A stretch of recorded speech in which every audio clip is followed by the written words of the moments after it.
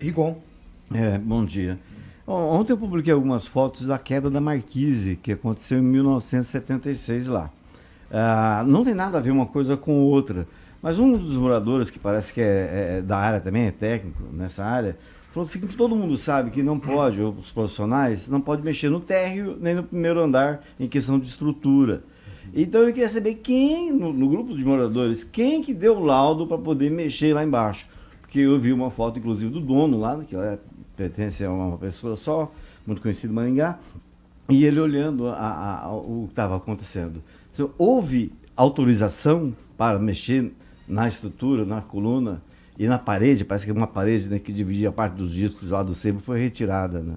Sim, vamos lá, vamos colocar um pouquinho os pingos nos is.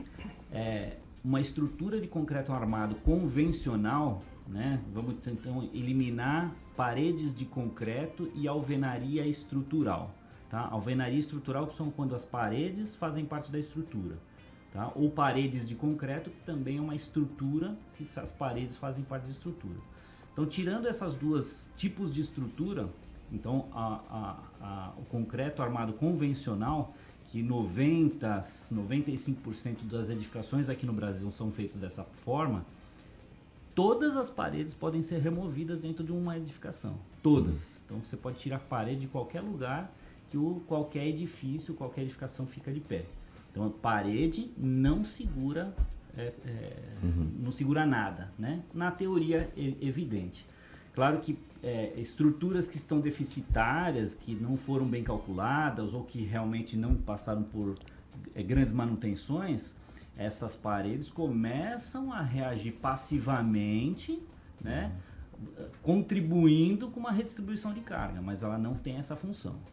Mas na questão do pilar, não teria que haver uma autorização para mexer no pilar? Então vamos lá. Em 2000 houve já o projeto aprovado para fazer essas ampliações da marquise, né?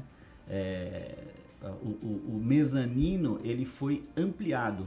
Então houve uma sobrecarga nessa loja, nessa sobreloja, que foi colocado uma grande laje no beiral.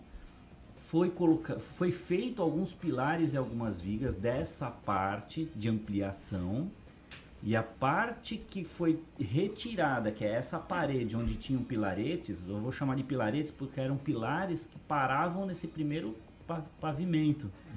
Essa parte que foi intervida e não o pilar estrutural do edifício que sobe os 15, 17 pavimentos. Certo. Pode falar uma situação, talvez a gente associando com a medicina fica mais fácil de entender, né? Em dois contextos. Imagina o seguinte, todo mundo aqui em algum momento da vida vai ter que passar por uma cirurgia, alguma coisa, você precisa fazer. Um exame simples, você vai fazer um exame simples, uma endoscopia, alguma coisa do gênero.